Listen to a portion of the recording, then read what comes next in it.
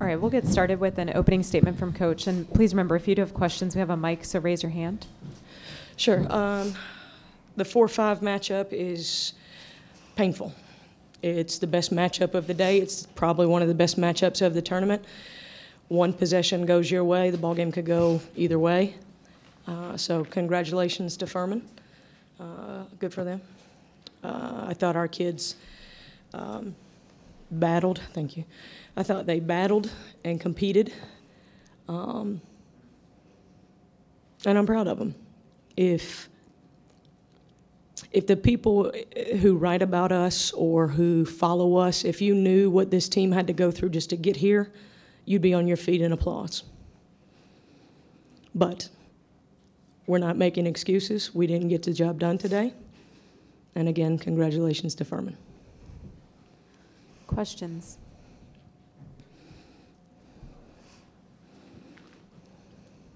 Coach, you talked about the heart of that team and how hard just to get here. And then today, even with the outcome, you know, when it looks like you guys are down in that final minute, this team done what they done all season, just fought all the way to the very end. Yeah, well, I think that's who we are. I think that's the culture that we've established in our program.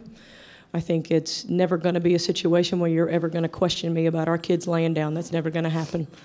And I think it speaks to the heart of our kids, their resiliency, their toughness, their competitive nature, and especially the kids sitting beside me, Tiana Tarter and Chandler Christopher. They were big for us all season. They've been big for us for the past 2 years. And, you know, it's heartbreaking to break up the big three, as they call themselves. But they laid it all on the line. They had some guts today. I was very proud of them. Coach, for you and Shamaria, just as a couple times Furman made a run and got up double digits and really kind of had your backs to the wall. Just talk about the kids, just, you know, never say die, kind of getting back into it. And curious about Shamaria after that. Well, we talk about that all the time. There's no lead that's insurmountable, and I think we proved that at the tournament here last year. I think these kids believe, and that's hard to get a group of 18 to 22-year-olds to be on the same page and believe no matter what the score, no matter what the circumstance, no matter which way a whistle blows, you're still in the ball game no matter what. And they believed in our coaching staff. They believed in our plan. They believed that they were capable. And I thought, again, that was putting heart on display, knowing what I know about this group. It was impressive.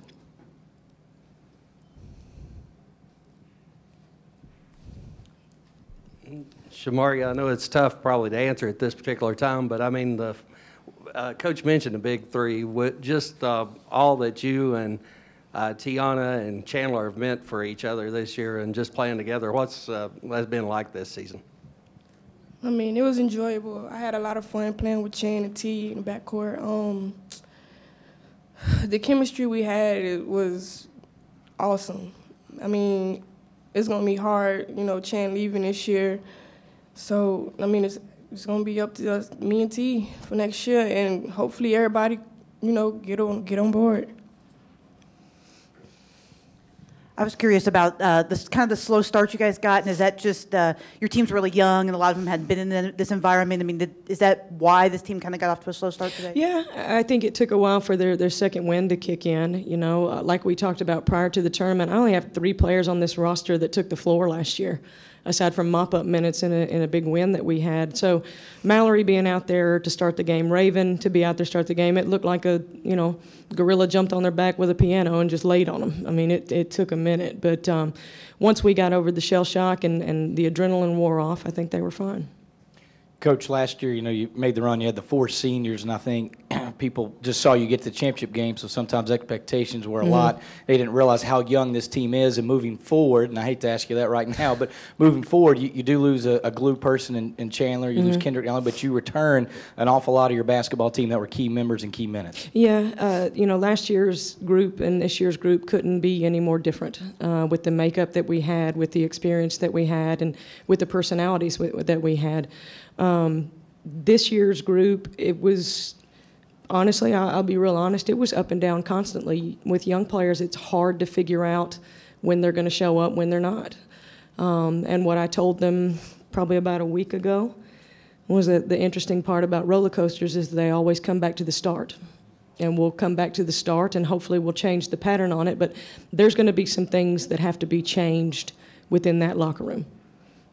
Either their work ethic, either their buy-in, and, you know, even as coaches, we've got to do what we can do. I mean, Shamaria and I are walking over here, and she breaks down into tears, and she says, Coach, you got to get me some help.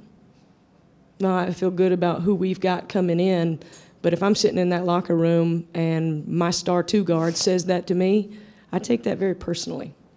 And some of our kids need to take that very personally and take it as a challenge. We have time for one more question if there is one. Thank you. Thank you.